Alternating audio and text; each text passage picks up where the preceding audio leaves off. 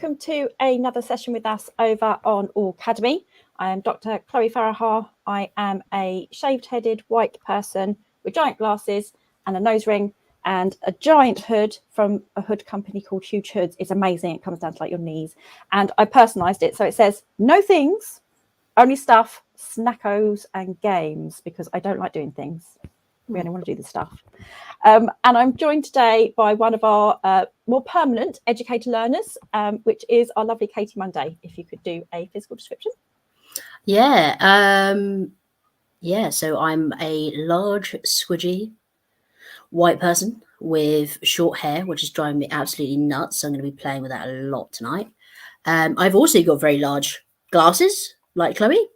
I'm sitting in front of Simon's favourite old green lady curtains. And whilst we're talking about t-shirts, I have I don't know what you call this colour, burgundy Aucademy t-shirt on, which has gold Aucademy written on the top and then a gold infinity symbol. And it says, I think it says established in 2020. So that's where I'm at. I'm not any more interesting than that, I'm afraid, to look at. Well, and we established in 2020. So I wanted to make those shirts like we're a proper university for autistic people, Legit. but very autistic university. And we learn how we learn best in all different ways. So yeah, shameless plug. We actually do have merch if you're interested. I always forget to plug it. We basically made a lot of the merch because we were like, I want that. I want to make that thing so that I can wear it. That's the main reason that those things got made. Okay. So today we are talking about autistic shielding. And so Katie, actually, we'll talk about that. Like, how did this come about? So that's a good question. I didn't have that. How did this come about? Let me make that note. Okay, so Katie came up with this concept of shielding. And so we're going to discuss that today and how it relates to masking, how it's not masking, and a number of other things. So because technically you're a guest, so feel free if you want to briefly tell us when you discovered you were autistic. Yeah, actually, it really fits in really nicely with what I'm going to talk about tonight anyways. So I am a late realised autistic person. I've been working with young disabled people for 8-9 years now, I think. 10 maybe, I don't know. But when I started the groups that I run now about 6 or 7 years ago, which is for 5 to 12-year-olds who are disabled, yeah, it was just like, wow, I have an awful lot of in common with a lot of the kids that I work with. Good and challenging, I would say. Like, I mean, challenging for myself, like loud, unexpected noises. I won't go anywhere near a hand dryer, much to the love of the kids that I work with, because they don't either. There was just loads and loads of things. And when you start doing like home visits with young people and you just think, that was me 20 years ago, or that's me now, just a slightly larger version. So yeah, that's kind of how I came to it. And then went for the usual kind of 2-year. I was very privileged to get a formal diagnosis through the NHS and got that probably about 27, 28. And then kind of started unwrapping other things at the same time. So I got diagnosed with obsessive compulsive as well. And I think I'm probably ADHD as well. But as I explore these things, it's kind of, you think, oh, that sounds, that sounds a bit like me as well. So it's kind of like collecting the full set, you know. That's what I always joke about, collecting the full set. Collecting all the identities. I mean, that just really just talks about how neurodivergence, it's almost like we purposely do it, but we're going against the medical need to have these discrete little boxes that people fit into, because we don't. We whatever makes us is usually quite complex and messy, because we're human beings, and that's amazing. Apart from being one of our permanent educator learners, what other things do you do? What are your dedicated interests? I do a lot. I'm a very busy person. I've literally just finished my master's in research, collecting and sharing trans and or non-binary autistic narratives, and basically it's very hard to say their or mine because I'm part of that group as well, but like, so our recommendations for future research on our kind of lived experience. It seems to be something that's been growing over the last like 10-15 years maybe, this kind of idea that actually there's something going on here. There seems to be a disproportionate amount of autistic people who are also queer in some way. And so if that's going to happen and that's going to grow, which is brilliant, it really needs to start with us and end with us, actually. But, to start with us would be better than not. To get the narrative led by people who actually experience those things, those experiences, as opposed to, going down the route of, I think if we've learned anything from like 100 years worth of autism research, it's that non-autistic people don't understand autistic experience at all. So no matter how much they proclaim to be experts or are even knighted for their support of us, it's unfortunately it's the same with kind of trans and non-binary research, any kind of marginalized people actually, but that's my specific interest at the moment. And we're going to have a session on your research because it's really important and interesting to have these discussions, like you say, to have them from queer autistic people discussing their lives, and so that would be really good. I'm really looking forward to that one. So when's that one? Is that in November, did you say? November. Yes, lovely. A Wednesday in November. Yeah. We'll remind everyone at some point. Okay, so we're talking about like this thing called shielding. So very, very basic. What is shielding? What is this thing? What are we talking about? If I could be very succinct, which is not necessarily my winning attribute with communication. It's the idea of being authentically autistic, and almost to the extent of dialing up your autisticness, if you will, your autistic embodiment to 11. Like 10's not high enough. Let's rev it up a bit. And I think there's a certain amount of that is about like self-love and being authentic, but also kind of signaling to other people that you're, I use the word weird and strange quite a lot, but I very much identify with those things. They're not negative or derogative things for me. So like when I say like waving your freak flag high, like that's a good thing for me because I want to be surrounded by other interesting people, and if you're not interesting, then get out. So it's about community building as well, and creating kind of safe spaces where you can be authentically yourself as an autistic person. Lovely. And I do also like the word weird, and for myself reclaim the word weird. So and like you say, there's lots of overlaps with other marginalized groups of reclaiming words. So I know that some people still struggle with the word queer, for instance, and that as a queer person or as a person who's part of the LGBTQIA+ community, that is absolutely their right. But I know that lots of people have also reclaimed that language. And so I do similar with the word weird. It's been used in a derogatory way towards me. Well, I'm reclaiming it because I want, like you say, wave my flag of weirdness and be like, where are all the other weirdos? I'm over here, please. Yeah. Oh, wiggle my worms at you. Fantastic. Come to me. I mean, so this idea as well of it's interesting because we need to talk about the symbolism of this, because a shield and what is a shield, because I think in pictures. So not everybody does. Yep. I can't remember. Do you think in pictures? No. Okay. I'm very poor at this, but no, that's fine. I like comic books, so I can make shit up. It's fine. Yeah. Well, people can be visual without visualizing, right? Yes. So, for instance, Victoria does lots of art, and and it's visual, and Net does lots of art and it's visual, but it's not, they don't have a visual mind, so they're AFANs. But anyway, the reason I'm asking is because to me, I can flash through lots of imagery of what a shield is.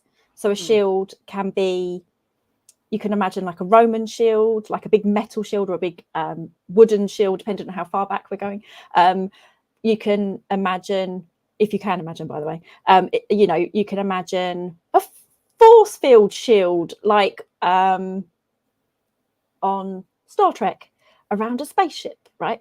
So there's different ways that we can also use that word shield. So I don't know if you ever considered, so why shielding? Why that term? Because it sounds like it's something about projecting who you are, your authentic self, like you said, and waving a flag to the other weirdos to come find us. I think there's a protective element to it. Okay. And I would say that from my own personal experience. So I've been sitting on the idea of kind of, I don't know if it's worth me like contextualizing. Yeah, probably. Yes, go for it. Where I'm coming from with that. So as a late kind of realized autistic person, who was also in academia at the time, I was getting this kind of information firsthand from the kids that I work with. And then I was getting kind of academic information, and then I was getting the information from parents and carers that I work with.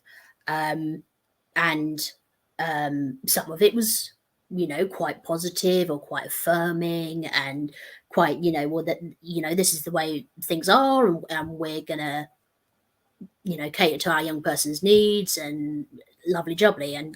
And like we were saying about academia, like that's not it. It's, you know, the things we go on about Aucademy all the time. It's the word deficit, disorder, failures. You know, it's all based around what is considered wrong with the autistic person, as opposed to what is not necessarily wrong in society, although there is that as well, but just even things that people just slip up with all the time that just makes things inaccessible to us. So with all of that information, I kind of came online to the autistic community a little while into my realization. And there was a lot of things there that I found, including Aucademy, that have been like fantastic for me and like really affirming for me. And I feel at home here.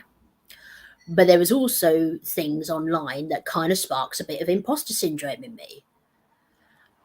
And that's where we come to masking. There's a few things, but because masking is spoken about quite a lot, that is something that keeps coming up for me as something I haven't experienced.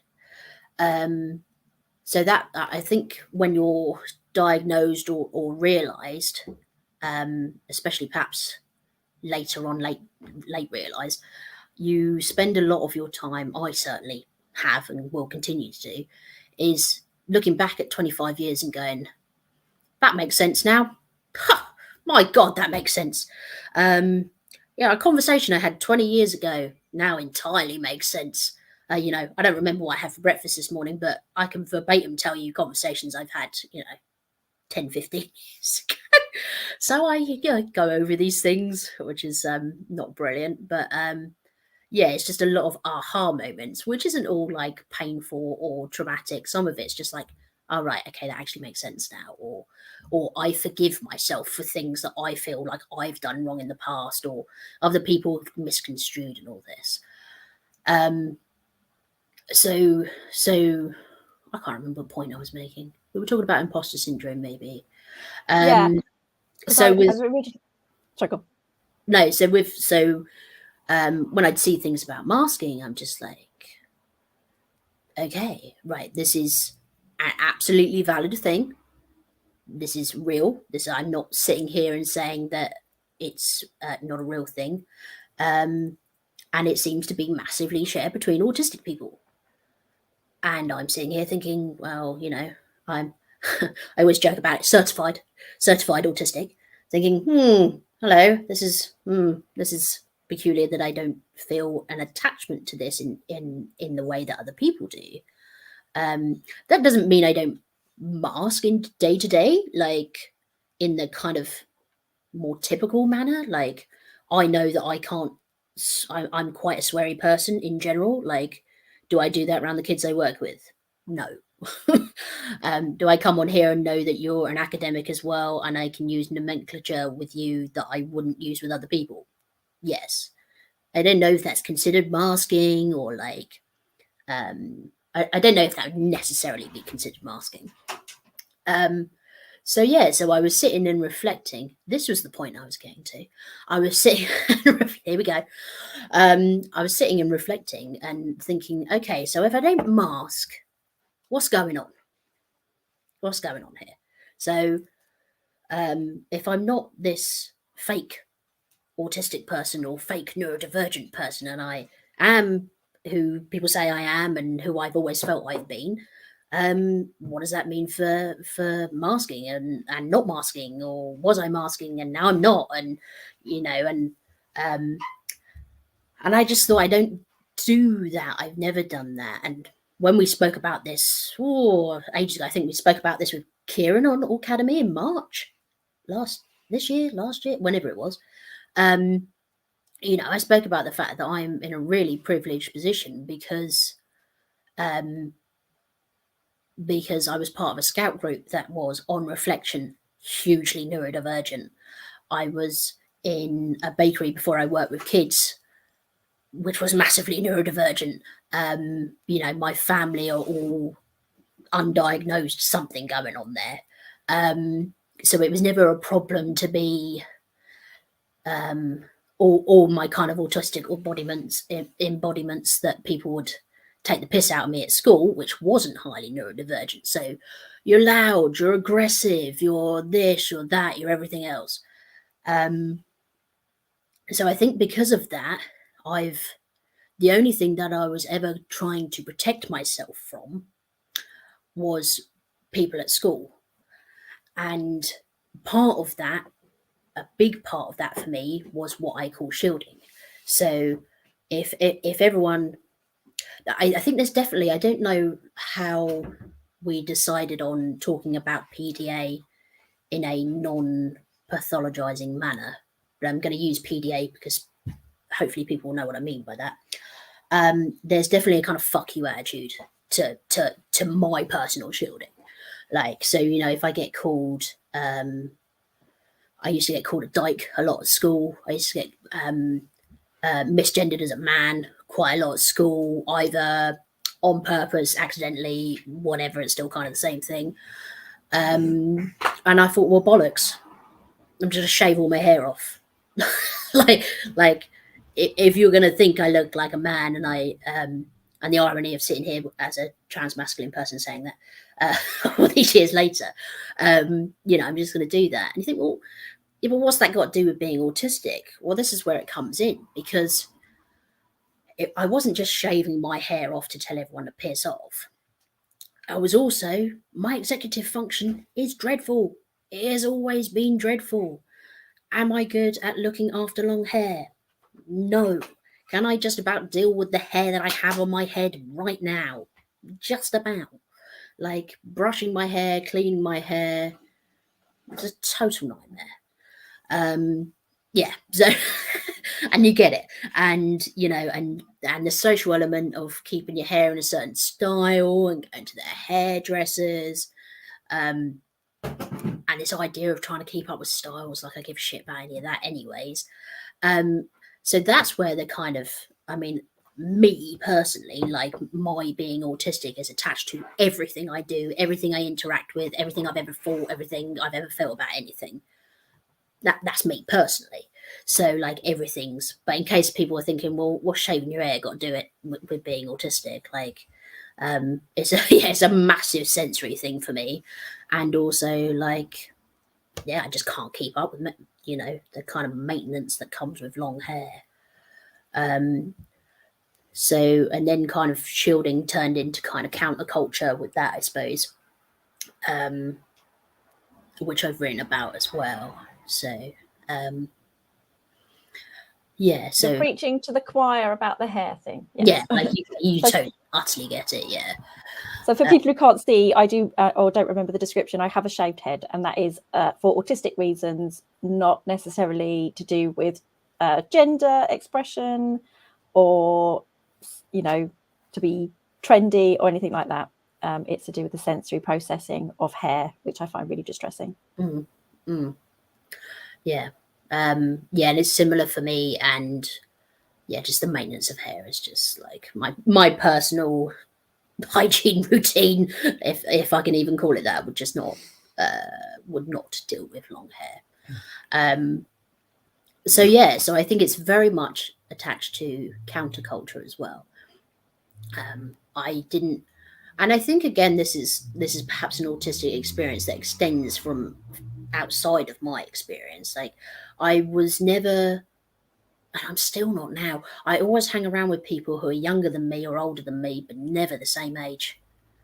I have no idea what that is.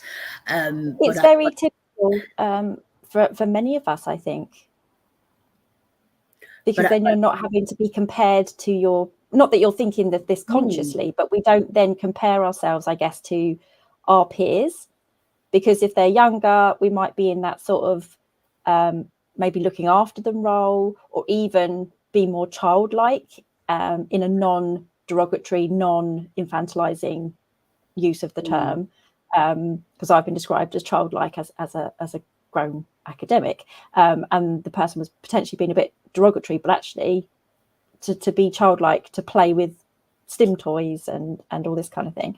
And I guess when they're older, that might be because maybe we're learning from them, or maybe we're on more of a feel that we're more connected to their interests and things. So I think there's a number of things that fall into that. Yeah, I felt like, I've always said this, I feel like, I mean, I'm not even 40 now, but I feel like I was born with a 40-year-old's brain. Not like, oh, I'm so clever, but I mean, like, I grew up, you know how they say that about traumatized young people, an old head on young shoulders, is that what they say? Like, I feel like I came out of the womb with 40 years of experience of just like, so I think that's perhaps why I've always been drawn to older people.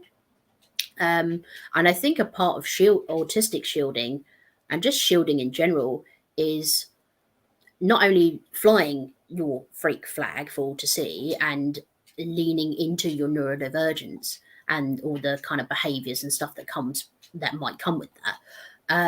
It's also about finding others. And I think that's where it connects to counterculture. So I was very much into, well, I still am now, but like I was very much into kind of punk culture and punk music when I was a kid. And when I was like a teenager, young adult. And now looking back, it's like, yeah, because I can freely stim in a room full of other people who are also doing it, autistic or otherwise. Like, you know, there's and like kind of ska music and stuff like that, where you're dancing to that and kind of skanking to that. That's something I still do now in my kitchen when I'm putting the kettle on, you know, no music required. And then it's about kind of creating yourself through the way that you express yourself. So like with clothing and stuff like that. And I think counterculture brings a good energy to the idea of shielding, because we're all kind of the weirdos, whatever kind of counterculture it is, like nerds, goths, metalheads, you know, whatever that is, it draws similar others together. And I think this is where I struggle then, I guess, because I think in pictures, and the thing is, when you started talking about shielding, I really resonated with it because I imagined a shield. I imagined something protecting me whilst also, so we'll get into what's the difference between masking and shielding for people who maybe, but not too much detail, but so that people have got an idea. So to me, I thought, and I think I need to still pick this apart, in the sense of, if I did mask in the past, and then it actually comes back to this whole idea that actually lots of people who are assigned female at birth are are blamed, are scapegoated for being missed as autistic people, as if we were, because of this idea that we're masking. Now, some of us are, some of us aren't. And I think a lot of the time we're not masking, we're just not being expected to be autistic because we had the audacity to be assigned female at birth. So I, to some extent, I saw it as masking, which, like I said, we'll get into, but projecting. This is Kieran Rose's, concept and work, which is projecting unconsciously an acceptable version to other people. And when we say that, that doesn't necessarily mean, the quiet child in the class. An acceptable version might be the class clown, because everyone's behind you then as the class clown, but that's still masking, if potentially. So to some extent, I liked the idea, and maybe I need to readjust my idea of your concept because it's yours, of here's me, you can see me, this is all me, I'm being my authentic self, there's no masking going on here. However, I have boundaries, and this is my shield. These are the people I will let in, and I will let connect to my authentic self in those autistic spaces, and so on.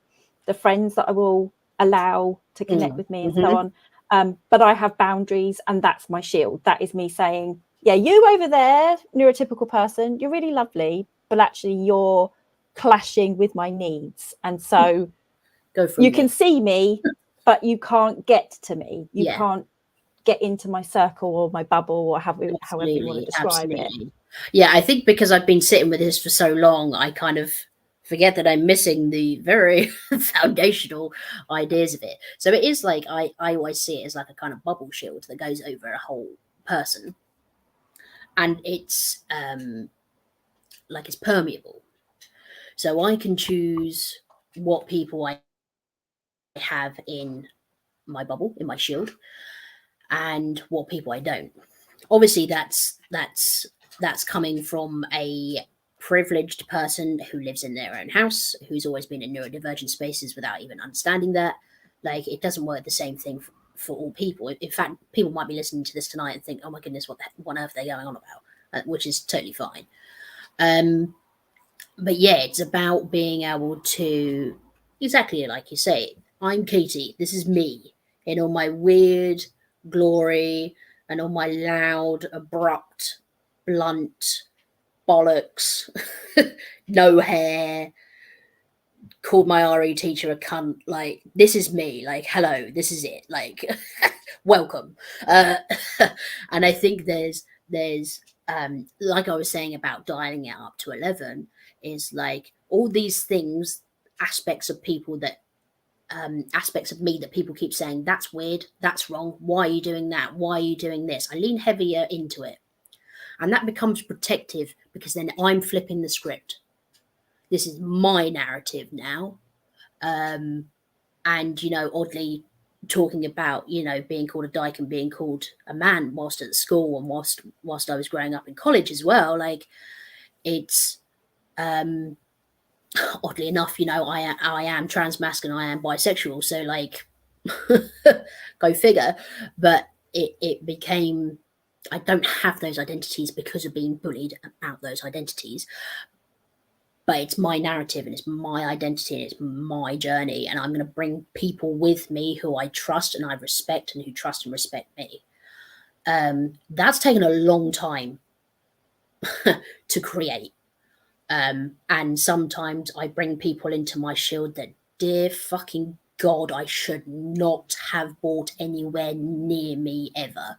These are not infallible creations that we have here. Like, and I think in that way, possibly going off topic, I'm just thinking this now, is like, actually, that, if you've got people within your shields that are causing issues, then perhaps the protective nature of that is actually not infallible either, because then you're then stuck in the shield with these people, these circumstances, which I'd be really interested to know what David Gray Hammond has to say about that with regards to kind of like addiction and being with people who are also substance users.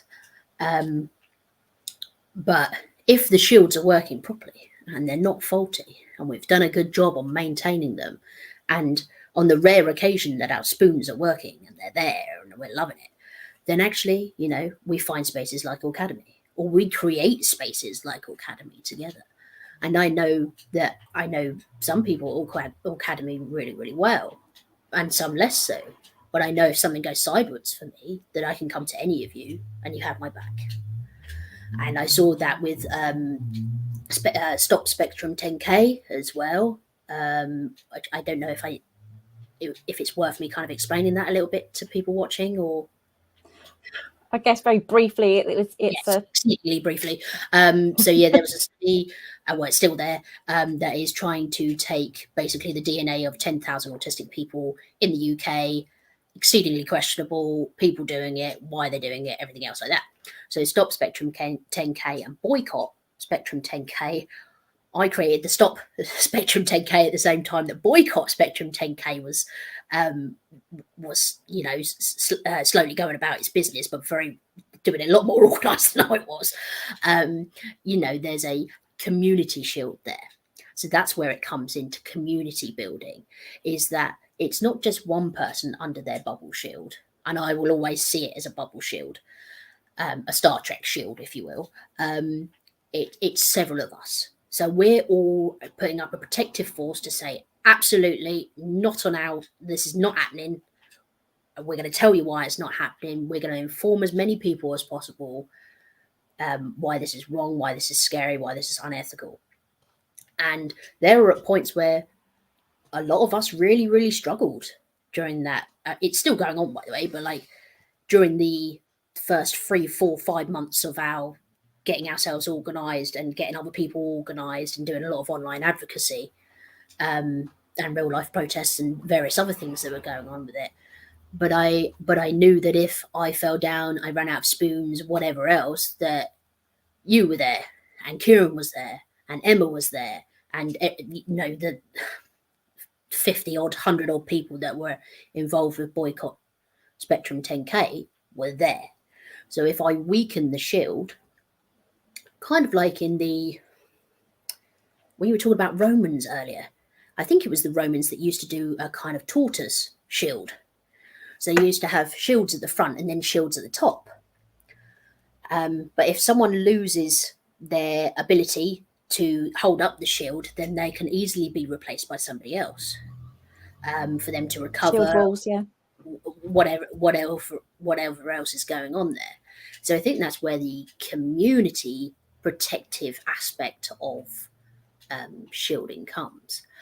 And I think it's also a safe place for Victoria's saying like riot police tactics. Yeah, just we're nice people underneath.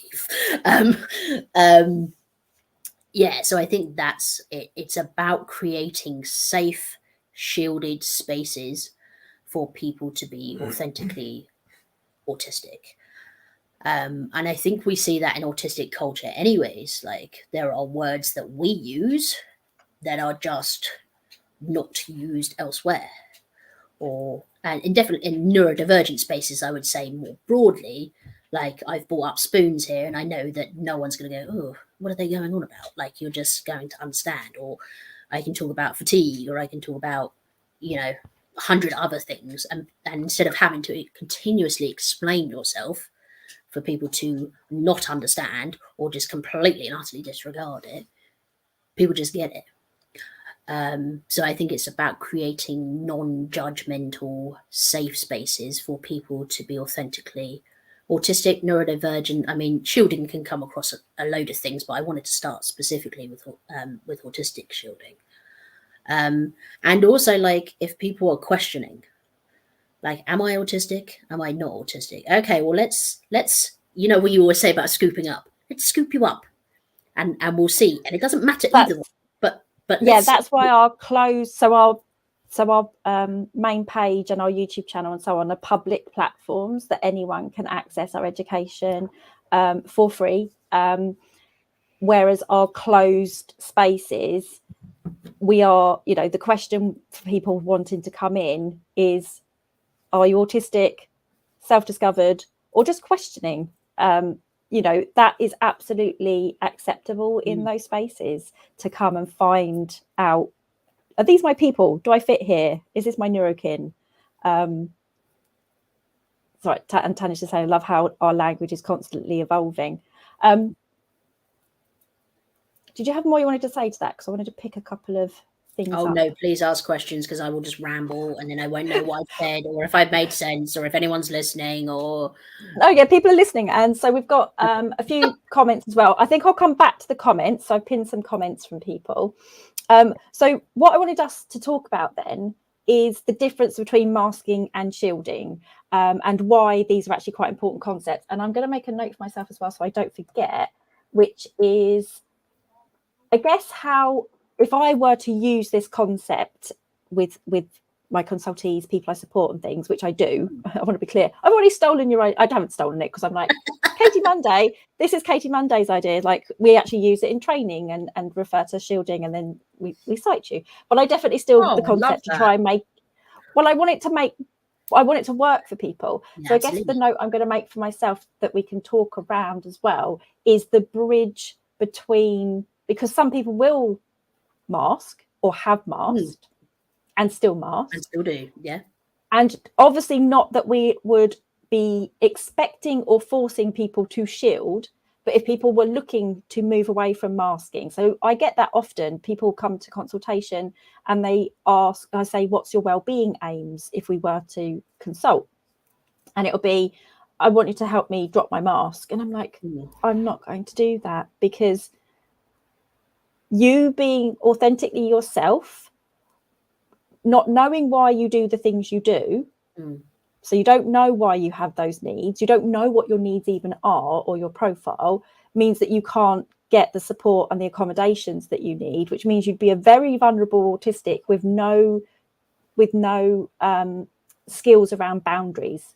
Yes. So I feel like, yeah, there could be this is where the bridge between, so let me make that note so I can come back to it. So the bridge between masking and shielding, I personally would argue, is learning your profile, which can be in the community. And none of these things have to be linear. This is the thing. It's not even like we're saying you go from here to here to here. So so learning your profile, and then being able to communicate your needs, which is basically boundary setting. Absolutely, yeah. Which everyone must have heard me talk about this before, because this is what I harp on about all the time, which is boundary setting. But we can't do any of that. We can't get to that lovely, authentic space of being authentically us without, like you say, and this is, I absolutely am on board with this, is that you do need community. And that could be literally to one other person. You know, it could be connecting to autistic blogs and so on, and getting the peer support in different ways. It doesn't have to look any particular neurotypical expected ideal community. Because I've got a chapter coming out in a very expensive book, so feel free to ask your library to buy the book for you, because they can do that, because it's ridiculously expensive. But the chapter is on autistic identity, culture, community, and space for well-being. And so what you're talking about, that connection of how we connect via shared language, that's culture, shared language, and needing those spaces to be authentically yourself. So now I'm starting to recognize what you mean by shielding. I'm like, I wrote that 2 years ago and it's only getting published now. So now I can't bring in this newer concept of shielding. Okay, so that was some thoughts. Okay. I just want to flag Kieran Rose's very succinct, good definition of this thing called masking. And he has spent a lot of time trying to work out a definition which is evolving often. So he says, autistic masking is a response to trauma. It's a psychological safety mechanism made up of complex layers of physical, emotional, and social actions which an autistic person is driven to use to self-protect and project an acceptable version of who they are.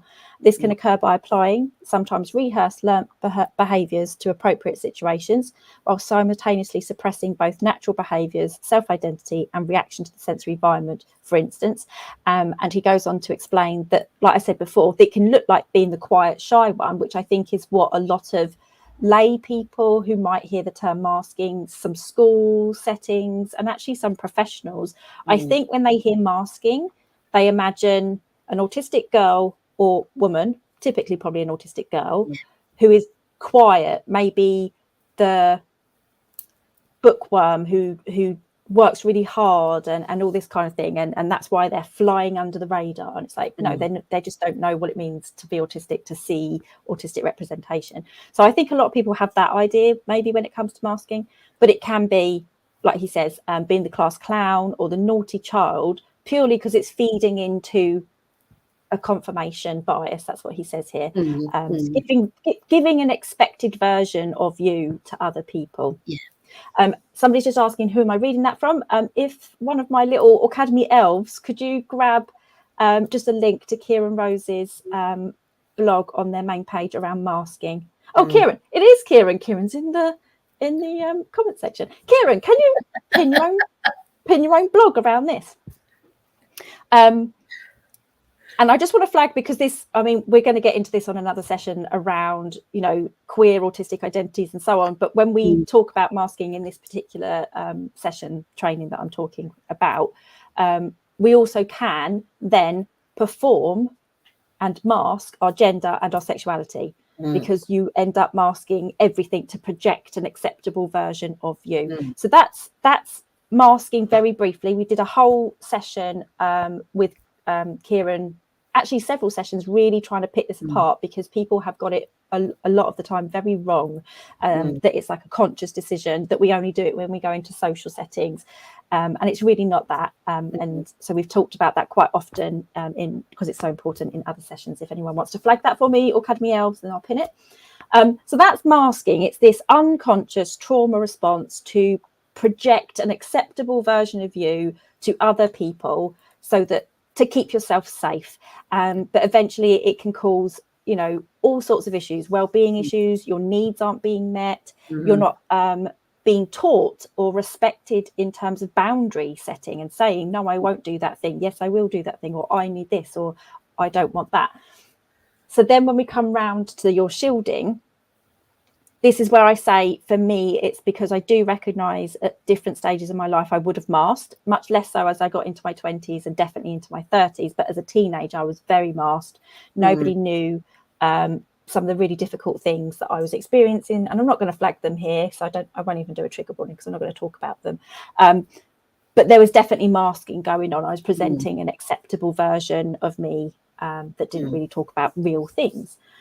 And that's why when I heard you talking about shielding, I really resonated with it, because I feel like I do not really mask.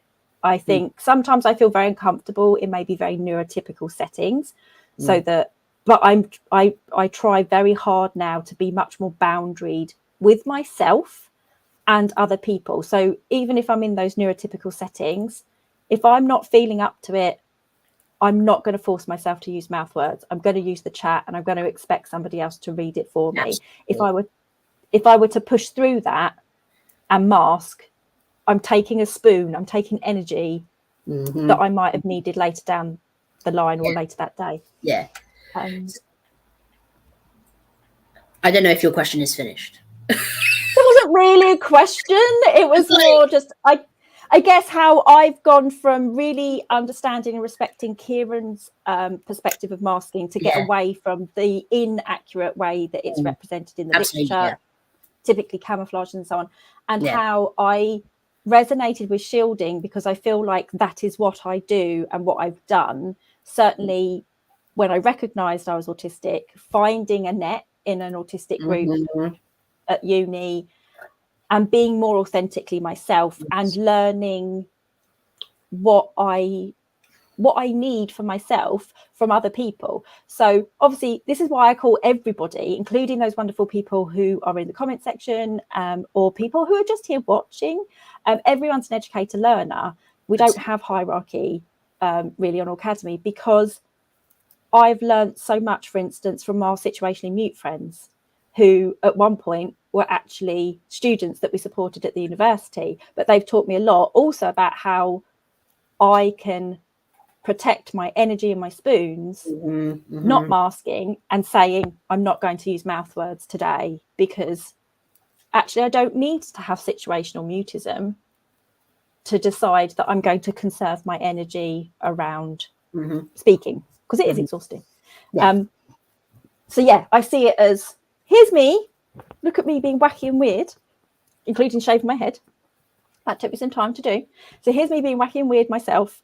But here's my shield. Here's my boundaries. Here's my who I will and who I won't let in. So I did see it a bit more like say the Vikings thing, whereas Ben, I think, sees it the way that you've expressed it, which is this bubble of but then Annette does say to me, Chloe, you forget what it's like outside your autistic bubble because you have a very protective bubble. And they're right, because if I get, like, say, if I go into neurotypical spaces, I suddenly realize how uncomfortable I am. And I feel like there's like, it would be remiss of me not to talk about white privilege with this.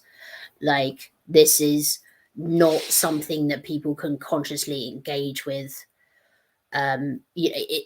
It doesn't talk to all autistic people anyways. Of course it doesn't, because this is just one autistic person going, oh, I probably do this thing and I'm going to write some stuff and talk about it for a little bit. And like, some people are going to resonate with that. Some people really aren't.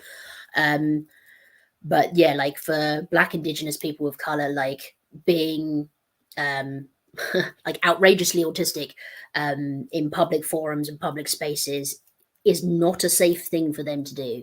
And, you know, that's not the only group of people that is not a safe place. It's not a safe thing or accessible thing for all people, which is exceedingly unfortunate. So like I have created this idea, lived this idea, however you want to put it, but it is through a white lens because I'm white and it's the only lens I can put on it. And I feel like, also, although I'm not cisgender and I'm not heterosexual, I pass as both. I don't know how, but apparently this is a thing. And although passing is a really, really difficult thing, because it comes with both good and bad things, like it keeps you safe more than anything else. Like, okay, it raises me, it misgenders me, it confuses me and my husband for heterosexual when neither of us are. Like, it just, there's a whole thing. But also, like, I am very safe and protected as a white cishet passing person who has physical disabilities that non-disabled people would consider to be invisible, because basically they're not watching and they don't give a shit anyways. I just find the idea of invisible disabilities is beyond frustrating. So yeah, there's a lot of privilege here. And like I say, even with my growing up in a kind of middle class suburban family where everyone happens to be neurodivergent as well, and in a lot of the spaces I was in was neurodivergent as well. So this isn't going to resonate or make sense to everyone. Of course it's not. And like you say, and it wasn't even a privilege I was thinking of now, like everyone I talk to online is autistic. David and I were having a laugh about this yesterday. Like, he was talking about his best mate and he was going, oh yeah, and they're autistic and their partner's autistic. And he said, well, basically everyone I know is autistic. And I'm like, I look around and I think, yeah, yes, yeah, everyone, all the kids I work with at work, you know, a lot of my community research is with disabled people and neurodivergent people.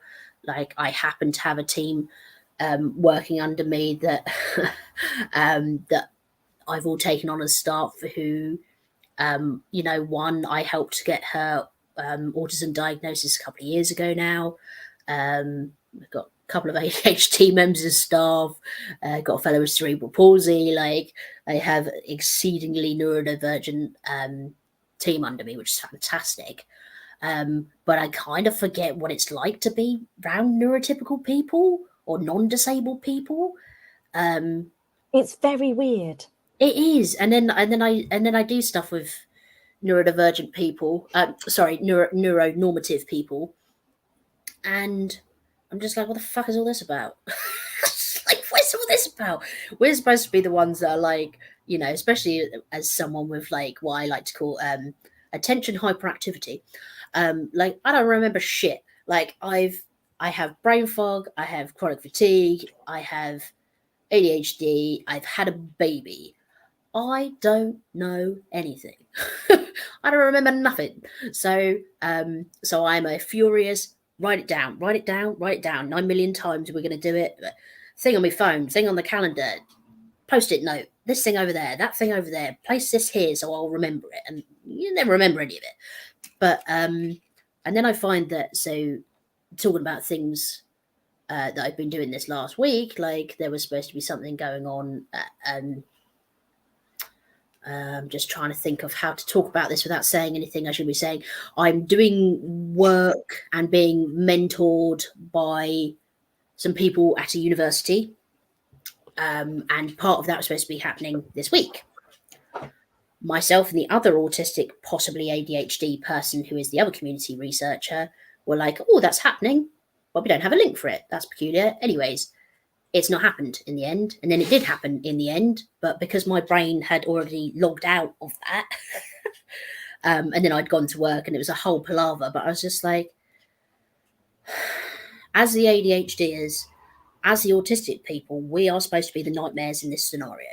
We are supposed to be the people who don't know what's going on. We're supposed to be the people who don't communicate about it. We're supposed to be the people who can't remember stuff. And every situation I'm in, it doesn't seem to be, you know, us neurodivergent people who are miscommunicating with other people. As I know there's like a massive thing to say, like a stereotype to say, but I just think every time I do something with non-disabled people, I'm just like, what the hell is going on? Organize yourself, please. How do you rule the world? But this is the point. The communication is so different because we have our own modes of communication that make sense because we're a community. But yeah, when we go into other settings, it's very difficult to understand that communication. So I think because I mentioned it anyway, even though I was making it as a note, so I'm just going to mention it again just to make it make sense. So yeah, we've talked about this thing of masking, shielding, being yourself. I do have a little anecdote actually, which is recognizing how I've had that like bubble. It's like, oh, what was it? Is it Aliens versus no? Oh, it was like one of the aliens in like a Pixar thing. Somebody help me. Somebody's got kids in the comment section, surely. Or you just like this film like I do. And yeah, it's like this giant blob. He's like a jelly. Okay. And that means that he just inadvertently collects things because he's a blob, right? So he's like scooping things as he's going along. It's an aliens film. Like Aliens versus Monsters. Thank you. I knew somebody would be there with me. Thank you. So I almost now imagining myself, because again, I think in pictures that I'm like this in this bubble, but my bubble is absorbing, which sounds very bizarre, other autistic people. I've been collecting them as I'm going along, because my anecdote is when Annette still runs the University of Kent Autistics group, and I've taken a step back because of other work that I'm doing. But a few years ago, before the pandemic, I remember we were doing something and the students wouldn't have known where the space was. So I was like, why don't we meet in the courtyardy bit at the university, and I'll walk everybody across to the room, the other side of campus. And I was basically the autistic Pied Piper. It was amazing because we were like a number of autistic people had, you know, gathered where we'd said to meet. But then as we went along, stragglers who were on their way but hadn't got there yet. Okay, so I'm like, yeah, we're the, you know, across campus with other people seeing us. So I'm, you know, outrageously autistic, if you like, going across campus, collecting like the Pied Piper of autistic you look people. Like you could do without. Are you part of a group? Join us. I was, oh my goodness, I'm so bad with because I coach wheelchair basketball as well. Like when I'm out and about and I see wheelchair users, I'm like this close every time to go, do you want to play wheelchair basketball? Have you ever played wheelchair basketball before? Oh, like, oh my goodness, I can't do this to people whilst they're doing their shopping or whatever. But yeah, like collecting, yeah, I'm into that. That's why I like your little scoop thing that you always talk about. Obviously, they want to be scooped because, as somebody has tagged for us, cult, please. I think we're not a cult yet. Yeah, and everyone's allowed to leave; they don't have to stay. But yeah, we scoop people if they want to be scooped, and I say this quite regularly, actually, that some people, they're not in that place to necessarily become part of an autistic space, and that's okay. They might never be, and that's sad, that could be a tragedy, because we would love for those people to feel that connection and belonging, but we can only work with people who want to be there and want to come and be scooped by Aucademy or whatever space it might be. But I think, like, importantly, like, shielding doesn't have to be with just like other autistic or other disabled or other neurodivergent people. Like, I haven't shared it yet, but I was making something earlier that was a quick guide to autistic shielding, because I thought, oh, that'd be useful. And part of my points on there was about community building, and I definitely put chosen family in there. Like, so I think there's definitely an argument for kind of queer shielding as well. And I think chosen family is one of those things. And I feel like it's not a rare thing in autistic people's experience, or at least certainly the autistic people I know, to be from a looked after child kind of background, have been in the care system. To have not known members of your family, to have had family breakdowns, and part of that is creating chosen family, and that doesn't have to look like a mummy and a daddy and a whatever. Like, that can be, I was talking about being friends with people who are much older than me. Like, I play D&D round a table where I'm the youngest person by probably 20 years. And that's absolutely fine by me. I don't think we have to be constrained by the idea of normative family or friendships or what that even needs to look like. Like, the person I consider my best friend, I probably see 3 times a year, who lives 15 minutes up the road from me. And we will check in with each other when we go, God, I haven't spoken to this person in ages. But that's how I do best friends, because we busy people, we got children, like, we both have brains that are chaotic. Sometimes I don't hear from Annette for ages, and I just check in to make sure they're still alive, and then everything's fine, everything's good, or they've been burnt out. But I mean, everything's fine in terms of our friendship. It's just the way it is. Obviously it's different for some of our community members who have heightened rejection sensitivity, which Yes. I don't. So I don't go immediately to, oh, they hate me and they don't want to be my friend anymore. Yes. But I recognise that actually a number of our community members may experience that. But friendship does look different. I've got a few comments actually that I have pinned. But I've got a couple more comments here to pick apart. Go for it. I think briefly, because I feel like we've done quite a good job actually. But Tanya's point here.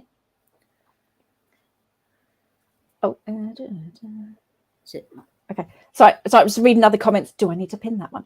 So Tanya here is saying Monique, meaning Monique Botha, talks about or has done research and papers on community connectedness, as in autistic community connectedness, and how that can combat minority stress. So when we are a discriminated against group of individuals. So I guess what's really interesting is a number of us talk about pretty much the similar or the same things, and we frame it in different ways or use different terminology. So Monique talks about community connectedness, and how that combats minority stress. I've talked about the social cure properties, because I come from social psychology. There's this knowledge of this thing called the social cure, and what that means is your well-being is protected to some extent when you are connected, when you have a sense of identity and belonging. And so that's why I talk a lot around autistic identity, culture, community and space for well-being. It's just, because when people come from different perspectives and different backgrounds, we call things different names. And then you've got your concept of shielding, which brings it all. I mean, I hope I'm sitting here talking about this and we're saying it's Katie's concept, and I'm not just sitting here and some ball bugger somewhere else has been talking about the same stuff for years, and I'm just sitting there like oblivious. Well, but this is the point as well. It's interesting and important when different people of different backgrounds come to a similar conclusion or a similar stance or a similar concept. It might have some, differences. Ben says trademark shielding quickly, as in Ben doing it so that you can't. We're in the UK. It doesn't actually work like that. Like, I think in the States it works differently, because I've been watching. That's why. Is that because you're watching She-Hulk, isn't it, Ben? So She-Hulk, for anyone, not too many spoilers, but She-Hulk basically gets taken to court because somebody trademarked the term She-Hulk. But in the UK, it doesn't work like that. If you can demonstrate your copyright ahead of somebody else trademarking, I think you can have a good position to battle that. Anyway, okay, that's good. Trademark law. I had to look into that because of the play that I wrote. The name that I came up with, I didn't want everybody else using it and misusing what I'd actually I appreciate that conceptualized. So I did look into it back then.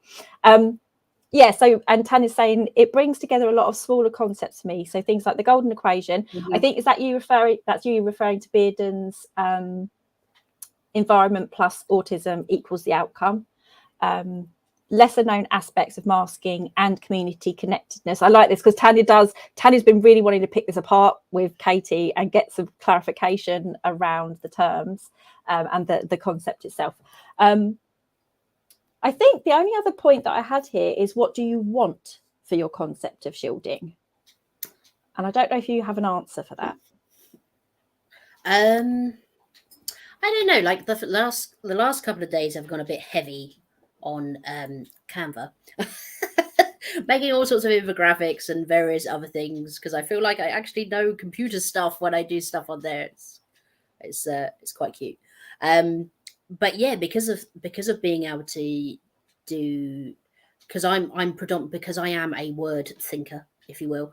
Like my way of processing things will always be long handwritten word, but I appreciate that is not a lot of people's cup of tea. So I thought, well, let's just break up basically I just lifted everything that I've written in blogs on both Aucademy and on my website, Autistic and Living the Dream, which is sometimes Autistic Ltd. So so it's basically just lifted those bits of blogs and then just put them on nice backgrounds. But because of that, people have been able to access it a lot better, which is lovely. And a lot of people have said to me, like, "Guys, really resonates with me," like, or "I didn't know there was a word for this," or "There's another autistic person out here who does the same thing as me." And I don't know if that was necessarily what I was going for, hoping for. But if people were sitting around on the internet like I was, going, I don't resonate with masking or rejection sensitivity or anything like that. If they can read something and go, "Ha, somebody, I don't know, like little old me on the internet, but some rando on the internet has come up with a word for that. There's an experience here. There's something that I resonate with. I can understand in myself. I can reflect back on my past and see it as part of my autistic understanding." And someone was talking about how they used to mask, but now they shield. And again, that was to do with kind of getting older and just appreciating their autistic embodiment, very much like you were saying earlier. So, if it helps like a handful of people to go, "Yes, I agree with that," or "Yes, I understand that," or "My God, that makes a lot of sense of stuff." Or if people were to go, "Yeah, or perhaps not that, but maybe that makes sense with," like Tanya was saying, community connectedness, or maybe that makes sense, or I still see that as masking, but like it's a more proactive, I don't know, but I definitely see it as a form of masking. I like I say, in my head, it's very much, here is me in all my weirdness, but only certain things can come in close to that orbit of the weirdness. And I will project the weirdness because the weirdness will beget more weirdness. So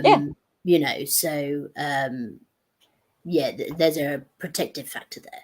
But if people, you know, I think it's like it can be a conscious thing, it can be an unconscious thing. Like if people want to engage in it, then like let's do it. Like I'd love to be able to.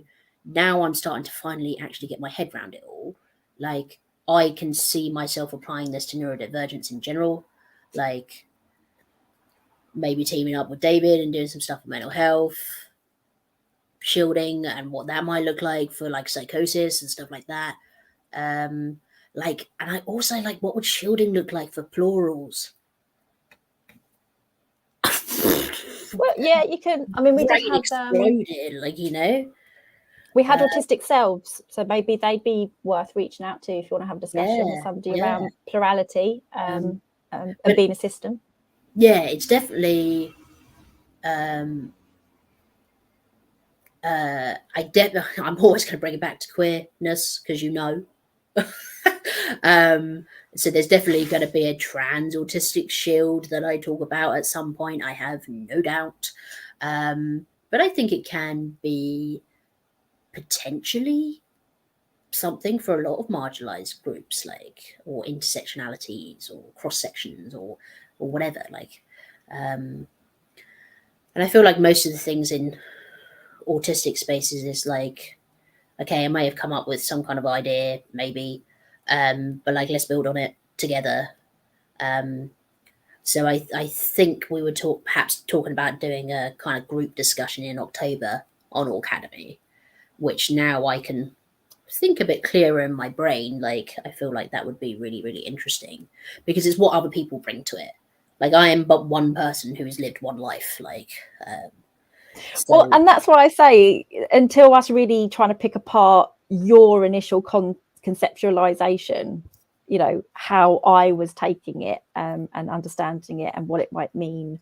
And I guess when I describe it to people, when we maybe describe it when we're talking on and doing training and explaining the difference between masking and this idea of shielding and things like that. And like, say if somebody comes to a consultation with me and they talk about, I want to drop my mask, but they don't really know themselves. And I'm like, okay, we're going to work on instead building your profile so that you can control your mask, and or now it would be the potential for being your authentic self and how to maintain that in a safe way by either community connectedness.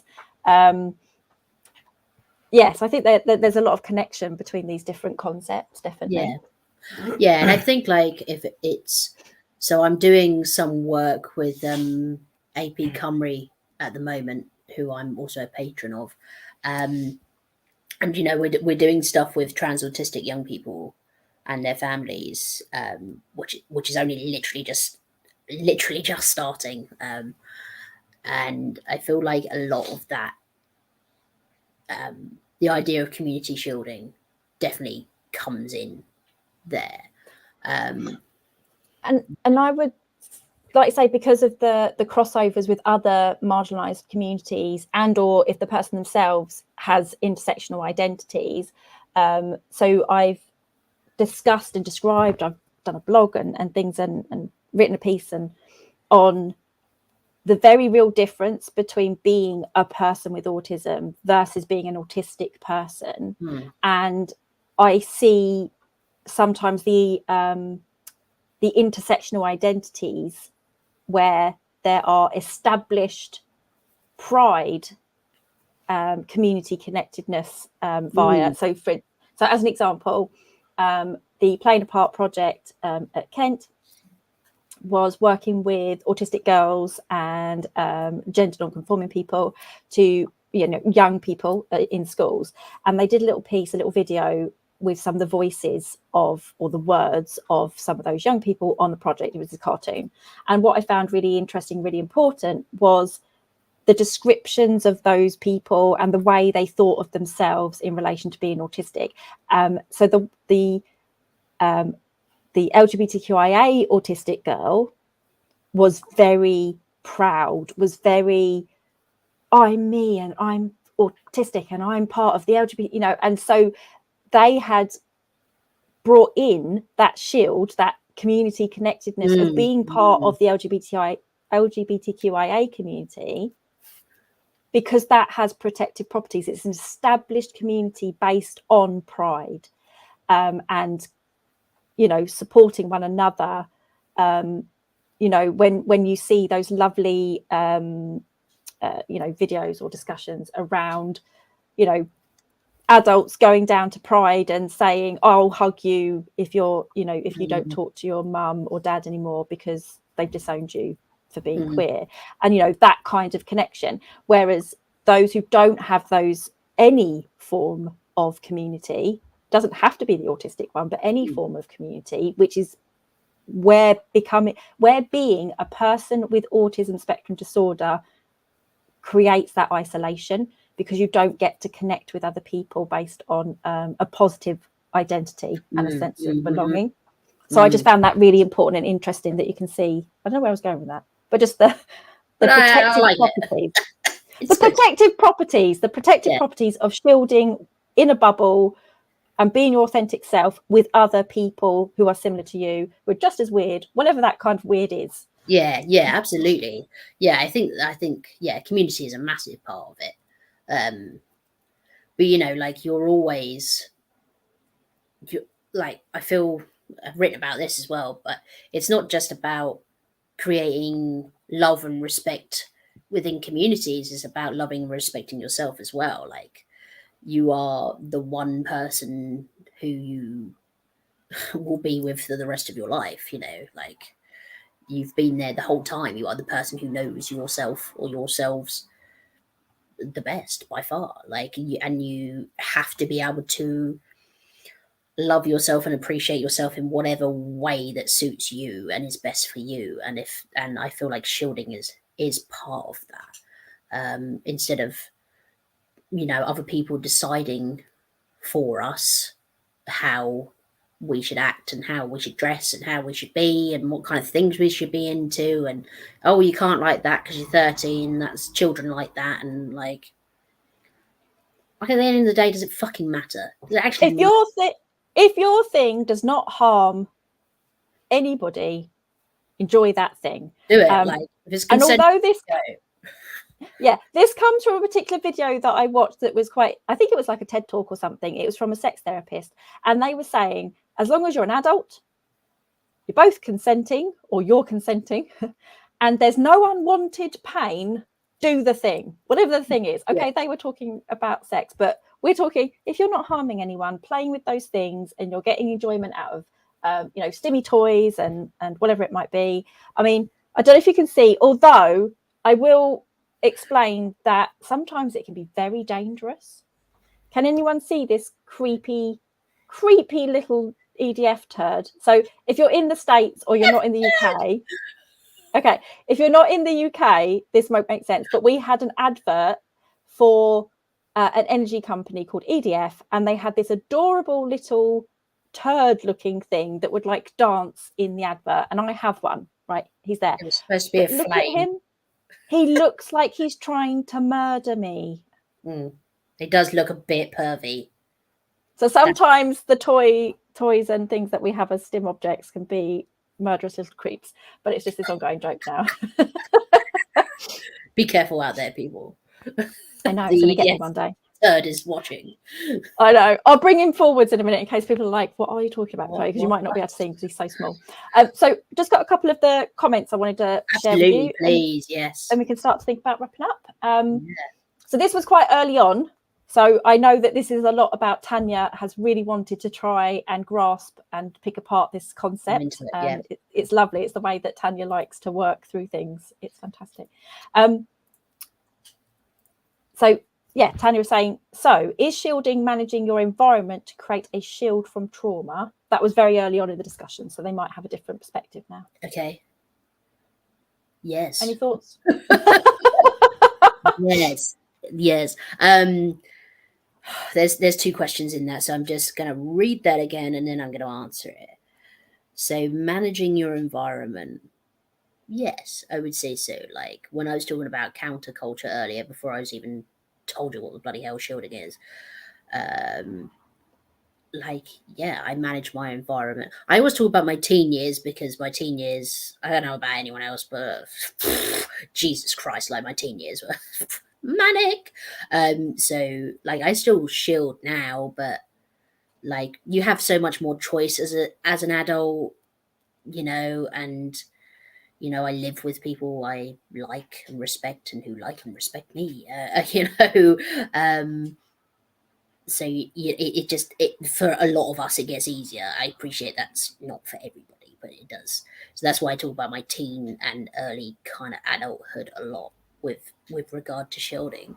Like I was managing my environment by saying, yeah, I'm not going to hang around with people at school because I don't really find them interesting in school, and some of them are assholes and they're not very interesting, and they all think I'm a fat dyke anyways, and like I'm not really here for that energy.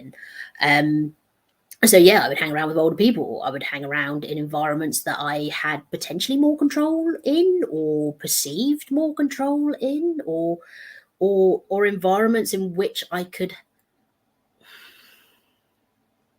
it was acceptable or even encouraged to be out of control. You know, and I was part of, I won't go into it, but I was an old lady in a 1% bike club. So it wasn't a chapter of Hell's Angels, but so people understand what I'm talking about, it's kind of Hell's Angels-ish. Very violent, very, yeah, very, a lot of things going on there. So I put myself in some really precarious positions. But part of what attracted me to that is that it was the element of being able to be fucking weird and deep down really, I don't know if depraved was quite a word I'd go for my own behavior, but definitely for some other people in that particular situation. Like, so kind of managing your environment, kind of choosing your environment, or opting out of environments that you're supposedly supposed to be into, I think is definitely part of shielding for me personally. I don't know if I actually answered that question or not. I feel like, but trauma is definitely a part of that. Yeah, definitely. Because there are no untraumatized autistic people. Like we don't exist. Like, so everything is attached to trauma.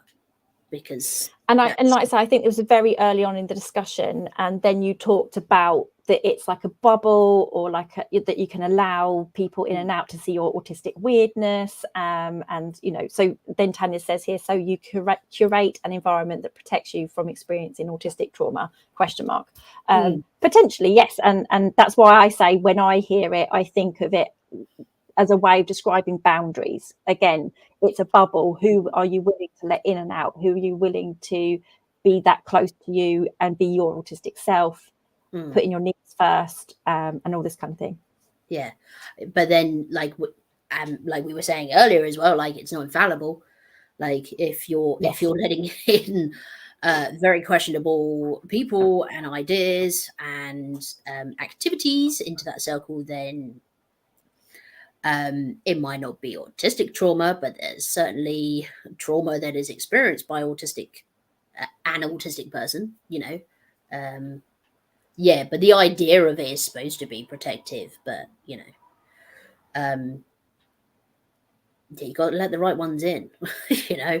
And if you've ever read that book, I think like let the right ones in, or if you've seen the film, like explains it pretty well. Like you can protect yourself a lot, but if it looks a certain way and it sounds a certain way and you're perceiving it a certain way, and then surprise, it's not. You know, you can actually be stuck in a shield with somebody and something that you shouldn't be, you know. Yeah, so hopefully I've answered that as well. Thank you. Catherine, quite early again, well, probably about midway through us discussing, said, I like the idea of being able to swing the masking into more of a shielding stance without leaving us fully exposed and vulnerable, still protective, but less damaging internally. And like I said, that's how I see it. Like I say, I really won't ever just help somebody just be fully autistic themselves and express that without them knowing why they do those things, because it leaves you very vulnerable when you don't have those boundaries to say to other people. Like I say, my basic example of a boundary based on learning your needs is me going up to somebody, them going to shake my hand, and me saying, I'm tactile averse, so I learned that about myself. I didn't know that all other human beings don't experience tactile sensation the way I do. And I was having a discussion with friends and friend Katie here before we came on to say, I'm being attacked in my flat right now by fruit flies. It is evil. Having things touch my skin is evil. Anyway, I didn't know that was a Chloe autistic thing. So now that I learned that about myself, I can convey that to other people. So somebody goes to shake my hand. Sorry, I'm tactile averse. I don't shake hands. That's a boundary. Have an awkward wave instead. And so I could mask and push through and shake that person's hand. But that over time, all those things build up of what we will and won't accept that actually aren't good for us. So I could mask and shake that person's hand. I could drop the mask, but not shield and not explain myself because I haven't learnt my profile. So I could just go, no, I don't shake hands. And actually, I don't know why. And I haven't explained that. I haven't given a boundary even. You know, it is a boundary. I don't shake hands, but you've not asserted the boundary, the need and things. Whereas when you learn your profile, you can then assert it. You communicate that need. And then you give alternatives. That's what boundary setting is as well. The alternative is have an awkward wave, you know, which is my go-to. So yes, and that's why I like this idea that we build that. We move from masking through to shielding and protecting yourself still.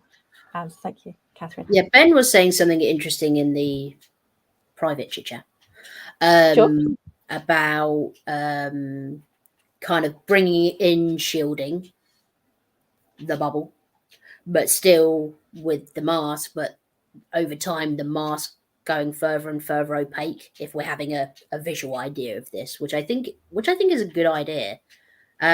Also, like, I feel there's going to be elements that of it's people trying to pick apart themselves as a realized autistic person and this mask.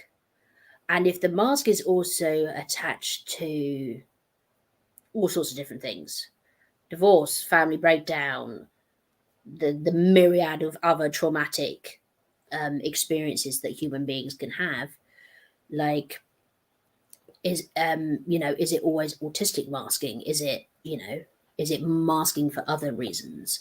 And that's really difficult stuff to unpick. And that's long-term stuff, you know.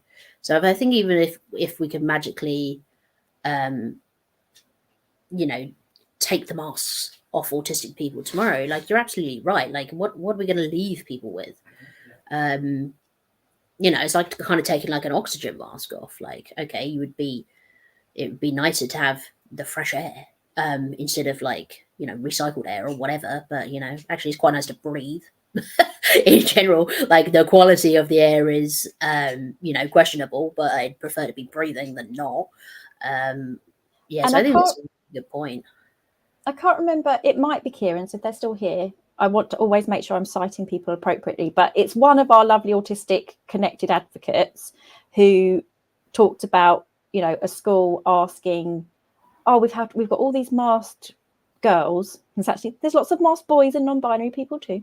But, we've got these masked girls, or we've got these masked pupils, can you come in and help us so that they don't have to mask, etc. Which sounds like a really great goal. Like, their intentions were good, but this person's response was, and like I say, it might have been Kieran, I can't remember. It might be Tanya. It might have been Tanya, it might have been Jodie Smitten. It's somebody amazing who does great stuff and training and things. And they said, well, until you can make the world outside of that school environment safe, it's not necessarily a good idea to support those people to drop that mask. Again, this is where I would then come back to, but you can certainly create bubbles where those people learn about themselves. They get to be their authentic self so that they can control the mask, which Kieran definitely talks about, the controlling and being conscious of the mask. And then that shielding is happening.